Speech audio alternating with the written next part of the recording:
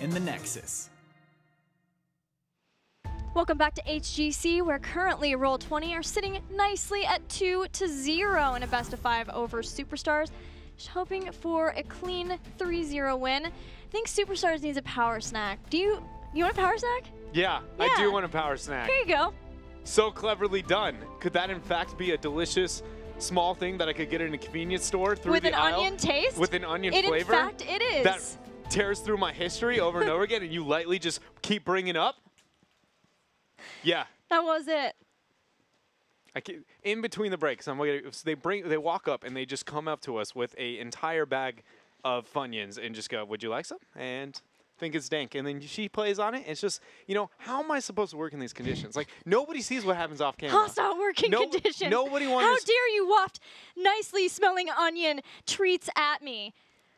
I don't know how he's going to get through this next game, but somehow he will. It's going to be on Tomb of the Spider Queen, so I know your professionalism will get you through this potential final game of the weekend, Dread. I believe in you. I mean, I don't think you're the only one. As everybody at home knows, too, the number one thing, you think of Dreadnought, first word that comes to mind, probably professionalism, And so I think that, yes, we, in fact, will be able to rely on that to carry us through this game. And, in fact, if you can't somehow, I've got some more treats for you underneath the desk. You're so funny. Oh my gosh, Gilly, we're such good friends. I can't believe that we get to work together. I'm so happy that I'm forced to have a conversation with you for 8 hours when we get to do this. Oh, that's so nice of you. Wait, was that a hint of sarcasm I detected? No, it was a hint of Funyun. Fair. Thought I smelled something.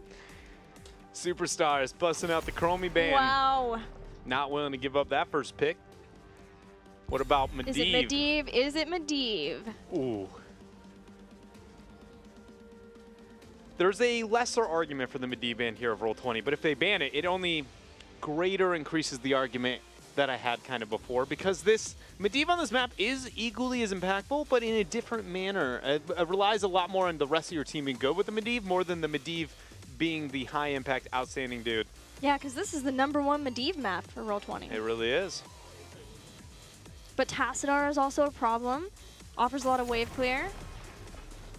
He is here to stay. It's just gross, dude. I get actually, like, we use that term, like, nerd chills in a complimentary manner, but when you get goosebumps in, like, a not good manner? That is me every time I see that Medivh banned by Roll20. Just, like gross. A cold chill seeps through your Medivh out of body. here. Everybody's going to quickly learn that Medivh is secretly my next more hated hero than Tyrande. Even though I like him, unlike the Tyrande, now everybody's quickly going to learn that I've been terrified of this day when he comes in and takes over the meta. He's not there yet, but he's close. He's definitely showing signs of life. He is. And that means a lot.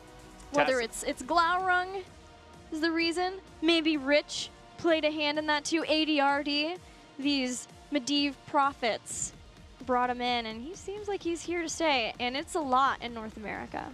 But it leaves open Tassadar. There's a lot of different combos that Tassadar can bring, but the big deal is that he has vision for the turn-in points, he has wave clear for Superstars, and finally we get a Garrosh for Roll20 paired with Malthael, so there's no way for Malthael to counter him. I was just going to say, the one thing I want to know now for Roll20 is they've been willing to Garrosh Chromie as the 1-2, as the second pick every time they've played Tomb of the Spider Queen. If the Chromie's gone, does Garrosh still hold that strength? Because we've seen their Garrosh value has died on certain maps. So it's like, is that synergy the reasoning? No, that they just feel like Garrosh is that big of a deal. And removing the soft counter of Malthael, it's really nice. Maybe inconvenient displaying your solo lane that high up, but you can also adjust your laning situation if necessary.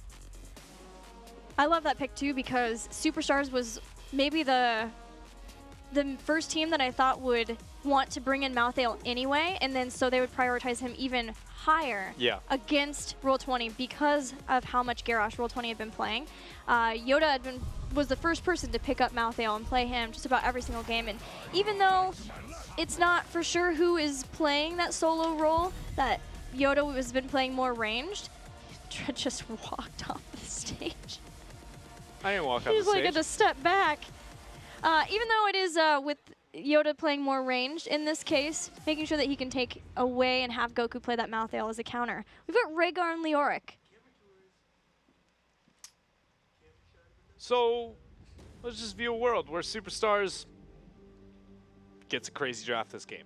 The high Leo could probably You're talking about Shogal. No, What? the Immortals composition. Oh, yeah. So this is actually a really good situation to where the Immortals composition could come together. It would work. Their draft indicates it right now. It hasn't shown anything too heavy so far. You know, the Rhaegar maybe, but it meets the role that you need necessary to be able to make this happen. So I'm just going to say it because the stars have aligned for this to be the weird draft. And the map and everything like has done so. I want a Murky. I want the Immortal composition. I want it to get all about the wave clear, all about the pressure outward. So much so that I actually really would have wished Superstars went almost maybe even a supportless draft. If you either go Immortal style or you go supportless, Tassadar Leo, sacrifice your body, wave clear, dominance, that DreamHack Valencia, you know, Fnatic's rise on the map like Tomb where they were able to bust that out.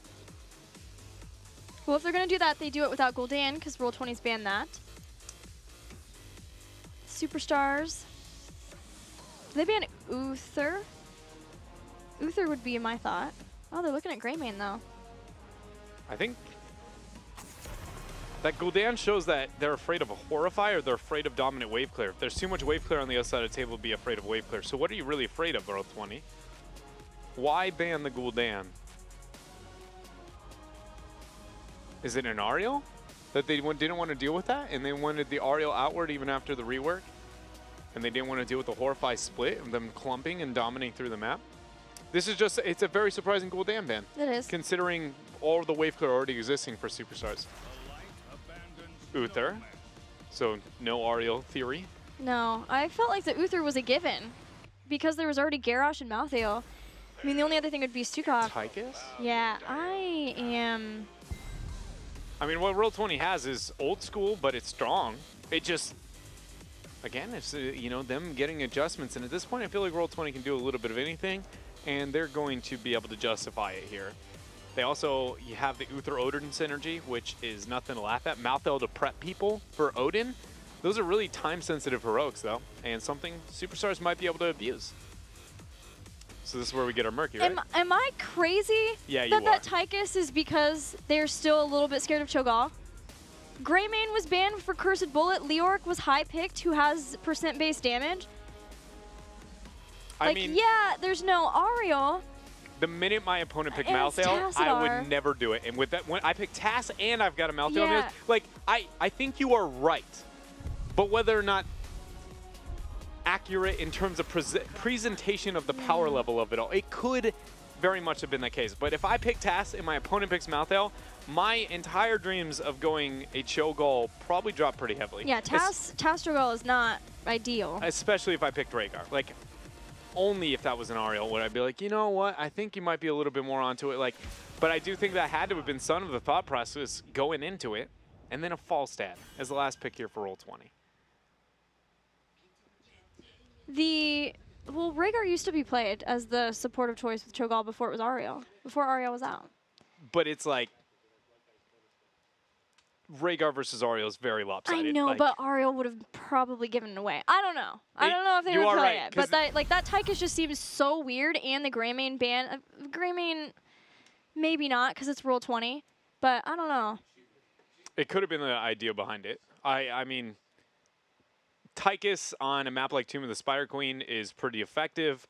It also is going to be pretty oppressive when it comes to the laning situations, depending on how they want to play it out. I actually really like the idea of an Odin wailing away during a Tormented Souls. Like, I don't know how you lose a team fight where both those heroics are used at the same level, much like Genji's Dragon Blade with it. Odin is just a massive long-range nuke that can constantly keep up the pressure. So I never thought about the synergy before, but now that we see it, I'm like, why aren't we seeing a little bit more? I like it a lot more now. But I do agree with you. It's just we haven't seen Tychus at all in NA. Just he hasn't been there. So for this to be here, the high Leo before the secondary ban, like there are a lot of wonky things that really went into it. And we came up with the either I wanted the Murky composition, you go ahead and get yourself a Cho'Gall. Either way, get my Cho'Gall. we're both disappointed. Yeah. Because now we got standard compositions. At least the Tyrael here for Superstars. Yeah, we've got Tyrael Lunar. We'll talk more about it. Let's get into Game 3, though. Tomb of the Spider Queen with Roll20 having a 2-0 so far in the series.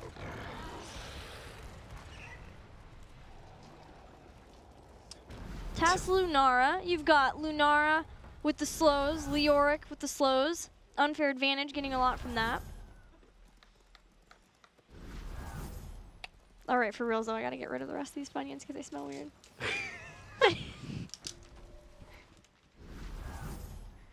I'm just trying to think about, is there anything talent-wise that we are looking at that maybe we're missing out? Because we talked about the draft, and some things do seem a little bit weird. Not that crazy, but slightly abnormal. So is there talents that we're missing out on? Some adjustments, some, is it a judgment composition that all ends? I'm still not seeing anything.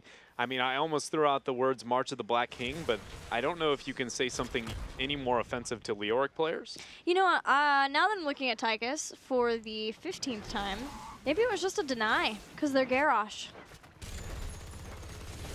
So Roll20 went to a situation to where they almost looked unstoppable with the Garrosh to the point where they have to ban and pick their first picks all around it. Well, they came in with a surprise factor of how strong Garrosh was. Nobody knew how strong Garrosh was going to be. So now people know, and they have had time to figure out. It's basically the Gale Force and Braxis equivalent of them making sure that they're constantly figuring out how to stay ahead of the game with their Garrosh. I like it. I like the argument.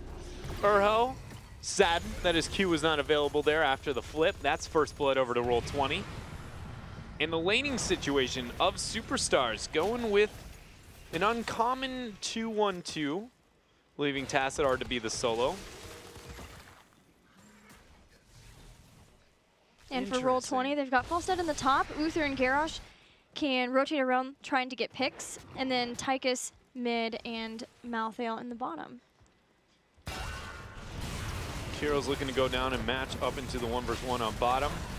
Daihu using the Wraith Walk after getting flipped. We've seen a couple of Leorics into Garrosh's Gilly, and a lot of level 7s taken. A lot of builds, honestly, from Leorics. So pretty much about any option has been taken at some point. Have you concluded on what you would like to see, mainly when talking about Lingering Apparition, Hardened Bones, or into the Royal Focus, all that style of play? I think we're going to see a Hardened Bones at level 4. I can't decide what I would like to see more.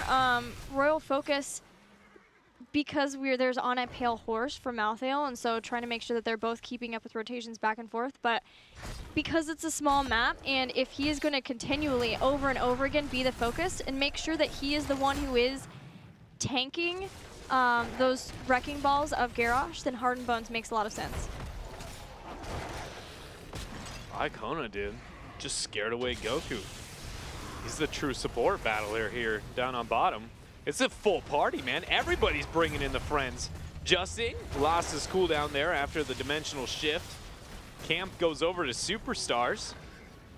It's the small victories here that matter for Superstars at this point. And that was a pretty big win there, led by Icona on that Rhaegar. All right, we see in the rhythm. And I wanted to talk to you about this, and I forgot about it. Let's and go. I just remembered. My thought was, versus a Garrosh, and obviously this time Tychus is with the Garrosh, but versus it, what about a fully loaded, just cooldown reduction? Because you don't want the bigger they are, for obvious reasons, because the time when you need minigun to be effective is the time when he has a crap ton of armor, which is when he's almost dead, and then it's not going to be used because the bigger they are.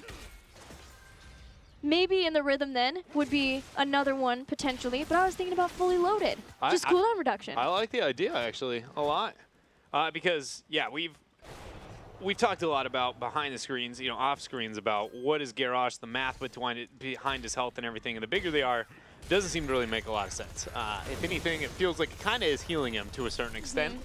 So to go for the CDR and just, it's one of those, like, it doesn't answer the Garrosh directly towards the strengths, but all the tools that seem to answer towards the strengths are half of the reason Garrosh is so strong. So I feel like that's a cooler or better way maybe even to approach that problem, is just be like, well, you'll just be more effective more often, but maybe not when you think we need it or opening. It's just try and get as much damage out as possible, and hopefully it gets a kill. Yeah. I like it. I haven't had time to try it yet. I haven't either, but now that you've said it, I feel like it's got a pretty good angle. At least got the thought process behind it. I like thinking about Garrosh counters. I'm assuming that Roll20 has done the same, given that they play it so much. Looking at the gyms, Superstars have done a pretty good job of being able to push back Roll20 in the lanes, and that has afforded them the first Webweaver phase. Did Daihu used to play a lot of Leoric back in the day? Because that was a pretty clever Leoric transition there. It wasn't a big play, but it was everything done about max range, perfectly calculated. He's looking really controlled there on that Leo. Potentially, but the only one I knew him to just be an absolute monster was his ETC, but he's been a Warrior player for like as long as Fury maybe? He's been around for a long time playing Warrior. He very much has.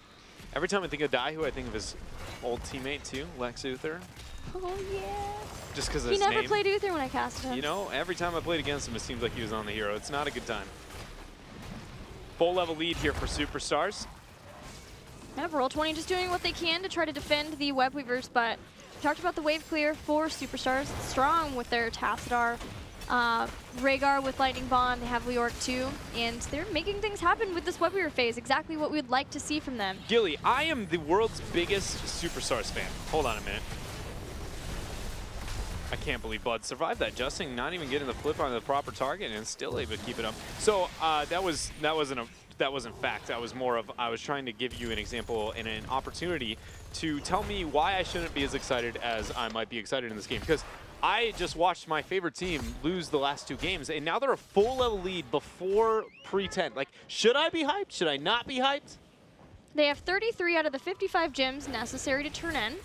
They have heroic abilities extremely soon. They're using their Murking Hero to get the Giants in the bottom. They got a lot of front walls, but they are missing quite a few gems to get this next turn in. So if they can get this next Webweaver phase, things look really good for them. If they can get all of the forts with them, this might be their game. It might be their game. I think I completely agree with you. It's all about Webweaver phase number 2. If it goes over to Superstars, it's got to be feeling nice. But Goku dumps off 31. I guess not all of them, as he's got a couple of his own.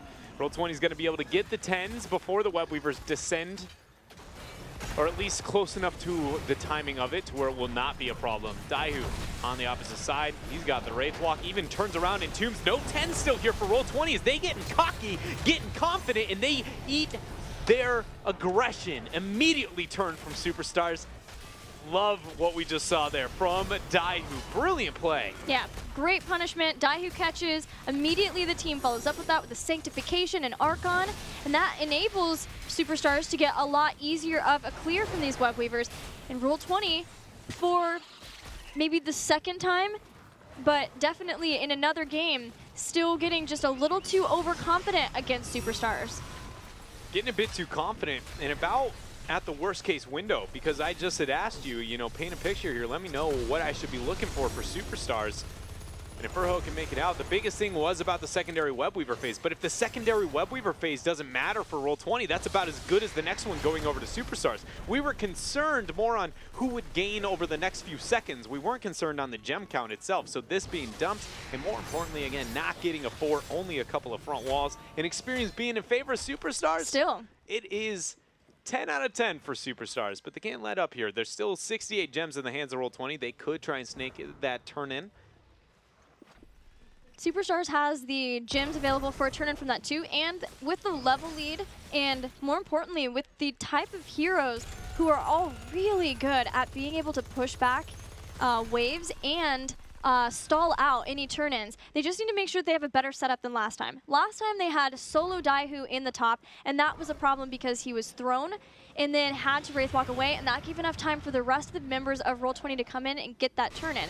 This time, they're in more of a better setup. They have the Bruisers in the mid, which enables them to go back and forth between the 2 turn-in points, and then they're trying to make sure that somebody on each side is turning in wherever they are not finding any of the members of Roll20. And this is what they've got to look out for, though, is a flight from Glarong into a Gus Tormented Souls.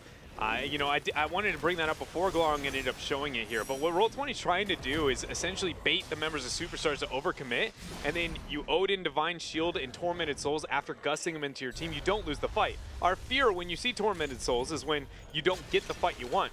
Falstad conveniently kind of brings the enemy to you.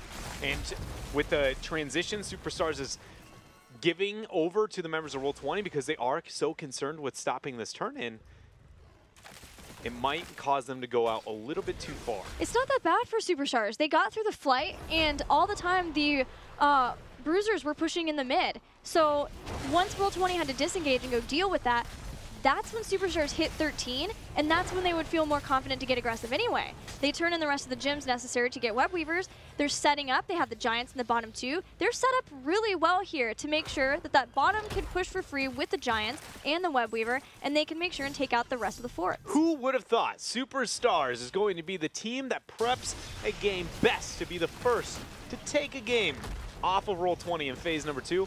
I can tell you the answer was definitely not a man named Dreadnought. But it makes sense that it was on Tomb of the Spider Queen. They have long been a wave clear type of team, one that likes to make rotations, likes to try to control the battleground, the lanes, and when they are in control of a game is when they are most likely to play fluidly.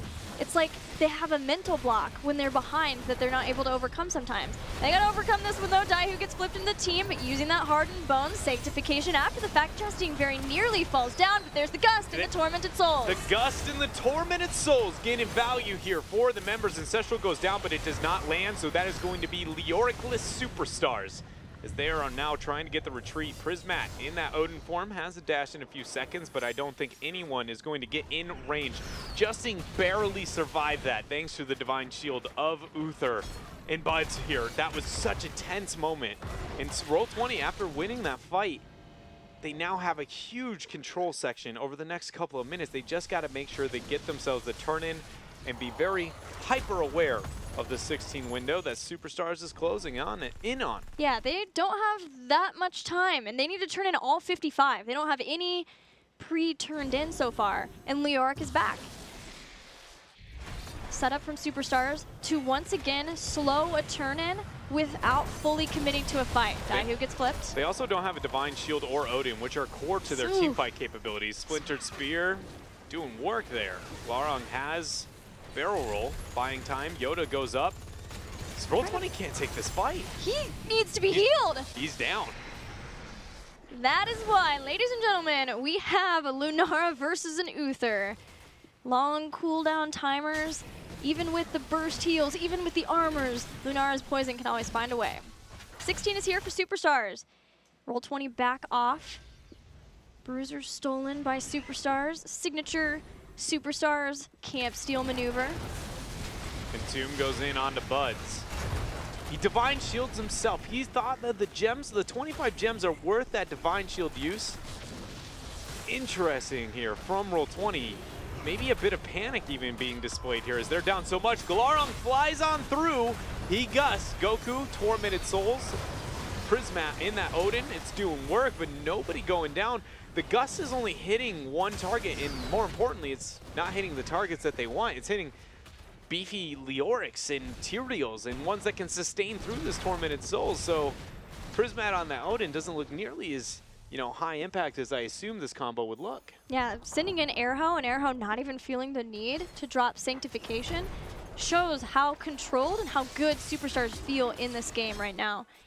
They have the 16 advantage still. Looking at gyms, they are getting fairly close to the next turn in phase, and ideally they would be able to get that right around the time before Roll20 can get 16. They're setting up to make sure that the mid wave is pushed. The waves are all pushed on Roll20's side of the battleground, so that does slow down Superstars from being able to get into the gym collection business. Which means they got to get in the boss collection business. Yoda, he's going to be sent there with a lot of the members of Superstars. Posty is maybe the one who is charged with trying to stop turn-in. Yeah, he's anchoring dismounting. Goaltending up on bottom, not even needed. He displays himself through mid. Roll20 focuses down to bottom. So the boss will go over to Superstars, and Roll20 might be able to get a turn in. Delay 1, delay 2. And Roll20 gets foiled. Everything falls apart. They back out. This is Roll20 not understanding what to do, kind of. That was very passive, knowing that your opponent is on boss, or you should be able to assume it. Falstat's dealing with the boss on top. He might fly through another gust, but he's got to hit a lot of members if he wants to do a taunt flip. A lot of damage. Sanctification goes Ancestral 2. Gust is being reserved. He puts Goku into a bad spot. And now Justin is healing on through. Odin getting a lot of work. Iacone has accepted his fate. He goes down. The first to fall, and Daihu's going to go down too as the sacrificial Leoric. There's still 3 members, Hosty, Yoda, and Airho. And the boss takes out the front wall. You're dancing here, and what's up? How these team fights are playing out is just so interesting, especially from the perspective of Superstars and I don't know. It's more Roll20, but then Roll20 is doing stuff that Superstars is kind of like, what's the end goal here? And then immediately Superstars kind of overreacts to it and then makes it all standard team fight. What you would assume kind of seems to be going out the window here. And it's just everything where I'm like, all right, this is going to happen. And then I'm like second guessing, going like, that isn't what happened at all. They are not committing to that. It was nice to see Glaurung make the adjustment of waiting until after the flip and then forcing Sanctification to ensure that their goal, their setup with the Gust into Tormented Souls would work out a lot better that time. Roll20 still has their Web Weavers, and they need to get a lot done here. 2 of their 3 keeps are almost taken out, which would be a difficult spot to come back in this game. So they've got to make the most of the Web Weavers they currently have on the board. 1 fort goes down, top has been saved, and there's no mid Web Weaver left. It's only this one in the bottom lane, and Roll20 still posturing around it.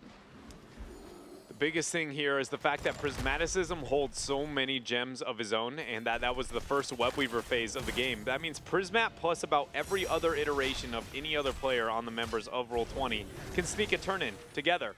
And when you have somebody stacking that many and it's a backline member like Prismat, it really, drastically rises your chances of turning things into the later stage of the game. And so Roll20 is kept themselves just at the range they needed to still be into this game. First delay, taunt, flip.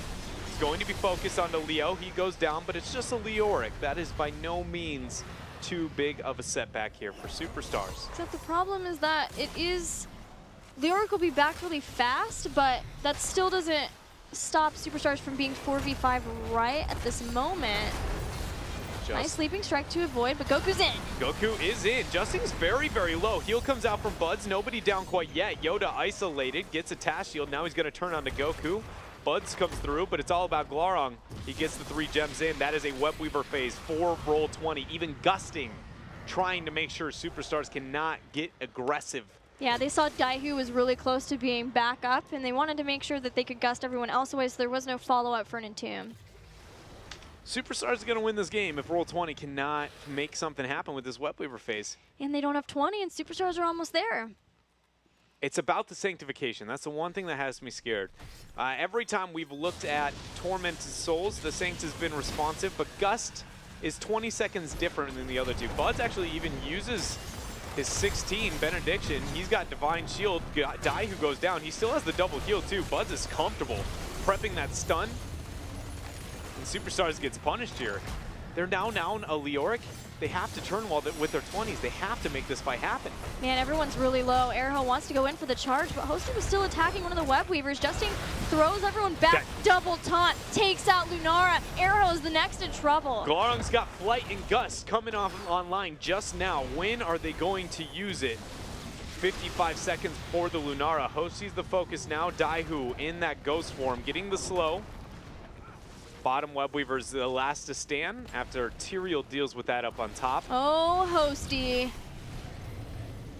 Dimensional shift has been used. He did surfing. Surfing Tassadar.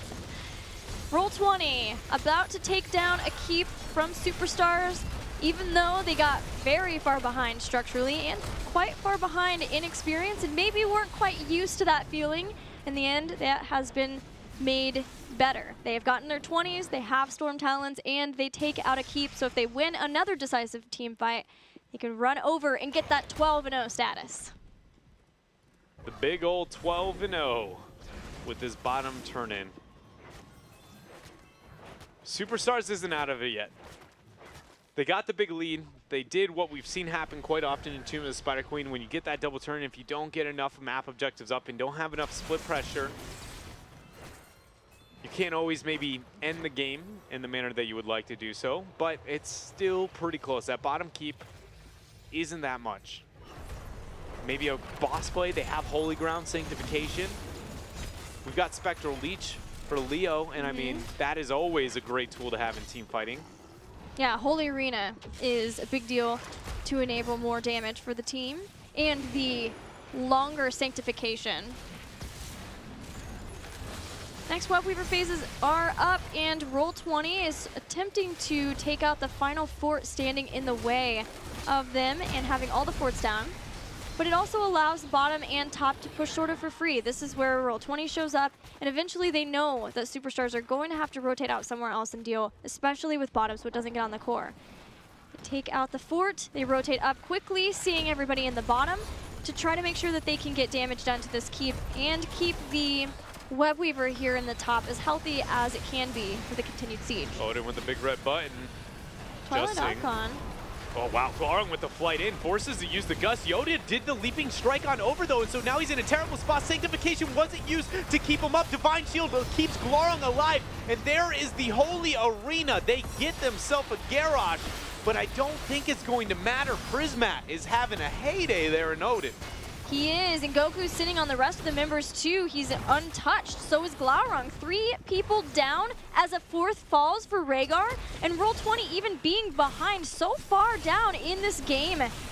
Still able to win a fight that matters, make the plays with the late game Web Weavers, ensure that they kept a lot of their gems so that they could make these plays. They will be able to take out Superstars 3-0 in this series, winning their 4th series in a row of Part 2, 12-0 in games. Roll20 here is making a name for themselves in North America, putting fear in every opponent they face. I am just so happy to see this here from them. The more display of dominance from the top end of our teams, you know, here against some of the, you know, lesser teams to be able to face against, and that's still continuing the trend of that dominance I have been looking for a long while. Granted, it's not as much of like a, ooh, can they win? Oh, is this going to win? But it still is pretty for me. I don't know.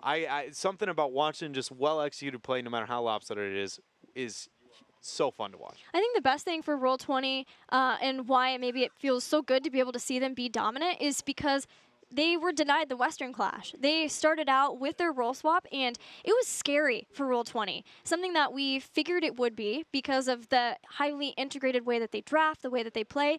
We felt it would take extra time to integrate Goku into the full fold of the team and figure out, you know, what does Goku bring that we need to adjust and change? But we started to see slowly that ramp up, and unfortunately for them was slightly too late for them to be able to qualify for the Western Clash, and they were devastated to not be able to qualify for that. But then winning Bloodlust set them at a great point in the break. They got some analysis perspective from having Glaurung do analysis at the Western Clash, and then they came in with a vengeance. They want to prove that not only are they the best team in North America now, but that they are going to the HGC finals. They are not missing another LAN event. I feel like it's such a huge statement from them on the risk level that they were willing to take with transition into Glaurung, or into Goku, and ridding of Yoda and moving over to Superstars comes down to the fact that if we look at all the North American teams, especially at the top, other than Roll20 esports, which they picked 2 players up and they've been a duo forever, so I don't know if I view it the same way, but they're the only ones who actually felt comfortable like roster swapping. Like Tempo Storm, they identified that they felt like they had problems. They're willing to role swap to be able to make out for it, but the only ones who are like, you know what, we think we need a major change and was willing to take that while still claiming 1 and 2 slot was Roll20. So for that to be a risk taken and paying off, it's huge. It's really awesome to see a team be able to get away with that. Well, Justin is here now to talk to us after the win. Justin, you know, I got to ask, what does it feel like to be 12-0 right now? It would feel a little bit better if the last game wasn't so close, but it feels pretty good. Yeah, it was pretty close. We got to see your Garrosh again, but we've also seen you be willing to now bring in more ETC. Is this we had heard that you guys felt like Garrosh was going to be really strong from Prismaticism because of the changes, because of the buffs for him. Is this because you feel like teams are starting to figure Garrosh out and so you want to step away from him, or is it just you showing how good you are on some other tanks? I think it's a cross between both. It's mostly I think there's a lot of Garrosh counters, and people are starting to figure out what those are. So I think on some maps he's still really good, and he's like really high priority, but on other maps he's not so much. I think he's good, but yeah, there's definite counters, so he's not like first pick every game like we did in the first week, so I don't think we can get away with that anymore. Okay. Well, speaking of counters, we were kind of questioning the Tychus pick. Can you go through why you guys chose to pick Tychus in that game? We picked Tychus because they banned Greymane, I believe, and we wanted a hero that could deal % damage and has wave clear. Okay. We heard that they were going to try to cheese us, so we were kind of slightly worried about like a Cho'Gall or something. Like we didn't really know what they could do, and they ended up playing standard, so it didn't really matter. But that was partially in case they picked Cho'Gall. Ah, that makes sense. Fred? Yeah. Justin, I've got a very serious question for you here. Oh no. Yeah. I'm just got to ask about the Ron wall here that we have behind it. Yeah. Why is one of those Rons not like the remainder? And is that even Ron? And can we call it a Ron wall now that we're down Ron? That's a John Wooden. So it's not a Ron on the wall. No, it's not a Ron. You're not supposed to. You found it. You found it way too fast. It's ruined now. Well, you aren't hiding it like it's Waldo here, Justin. Come on, man. I had higher standards for you. My bad. That was all I had to ask. Congratulations. I thought it was close enough. Dread continuing the hard-hitting analysis from yesterday. Thank you very much, Co-caster. Justin, your next series is versus Even in Death. Any initial thoughts on that series? Not too much. We're just going to prepare like we have for the last games we've had and take it just as seriously as those. Should be an easy 3-0. So you're saying 15-0?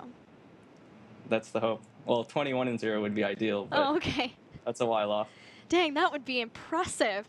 We'll talk to you. We'll check back in with you once you have the 21-0. All right, Justin, the floor is yours for shout-outs. Just shout-outs to my team. Shout-outs to HGC for hosting everything. Shout-outs to Roll20, and shout-outs to the fans for following us and supporting us. Awesome. Shout-outs to you for joining us for an interview. Thank you, Justin. 12-0. Not quite 21-0, but they're on their way. Can we call it something other than 21-0? I have there's a bad sports training practice that I have called 21-0 in baseball because there's 3 outs and 7 innings for lower end games. There's 21 outs in a total game, so you practice 21 outs, and if you ever mess up, you have to run for a lot. And so if you mess up in one time, you reset the number. What would you like to call it? I can't get past 21-0. Can we call it any? We need the undefeated Roll20 Phase 2 Part 2 legacy. The Stompening. They're on their way. And there it was. To Roll20, the Stompening. Standings for North America right now. Roll20 is now tied with Gale Force Esports at 8 wins in the standings. But if you look at the losses, that is because, or at least in part, because they have played 2 more series over Gale Force Esports. Gale Force, their test is yet to come when they start playing the double series in a weekend. But for Roll20, it is smooth sailing from here on out for the most part. There are obviously still scary teams left for them, like Gale Force Esports themselves, like Team Freedom. Nope, they beat Team Freedom, so like Gale Force Esports. But as far as the double series in a weekend, things are looking good for Roll20 to just continue on. Every time I see Gale Force sitting at the top with 8 wins and then realizing that they are 2 series less than of Roll20, I just feel a little dirty. And it's just like Gale Force is, how do you lose? How do you lose that slot? Once you're that far up, how dominant they've been able to display, the teams they managed to take out, they have just got to be going like, there's no way. NA's free. Like, we have #1 slot almost in the bag at this point in time. Well, the HGC weekend is over for now, but you can look forward to more heroes next Friday. Let's take a look at the schedule and what series to expect in Europe. Tricked Esport versus Team Liquid. Team Liquid is having a lot of trouble this phase, guys. If you are a Team Liquid fan, there is still a possibility that they end up in the Crucible, so they are going to be looking for a victory over Tricked Esport there. Playing Ducks will take on Team Expert after that. And then in North America, Space Station Gaming versus Gale Force Esports. Equinox tries to take on his old teammates in Gale Force. And finally, we'll see Superstars go up against Team Freedom. I'm actually looking forward to Superstars and Team Freedom. the changes of superstars from this week going into the next, but then also still gauging the power levels of Team Freedom and what they're able to unfold. I feel like that would be a pretty good one to gauge this team's strengths overall. I am very excited for that too. We are going to take a look at the top 3 teams in cheers for North America before we say goodnight. Roll20 is at the top, and with a 12-0 record so far in Part 2, it's easy to see why you guys have a lot of love for Roll20. They've had a critical hit so far in Part 2 over a lot of NA teams, but Gale Force and Tempo Storm right behind. Are you claiming that everybody who cheers at home, in fact, is a bandwagoner? That because our top, most successful teams are the ones cheered for the most? You're supposed to cheer for your favorite team, Gilly, not the ones who are winning the game. Maybe it's the pink jerseys then. I mean, probably. I mean, they are pretty. They're pretty cool. Do you see Justin, dude? Other than the Ron wall, we know that was distracting. I apologize, but the jersey was pretty dope. It was awesome. Thank you. You guys at home are awesome. We'll see you next weekend for more Here's the Storm here at the Heroes Global Championship. Good night.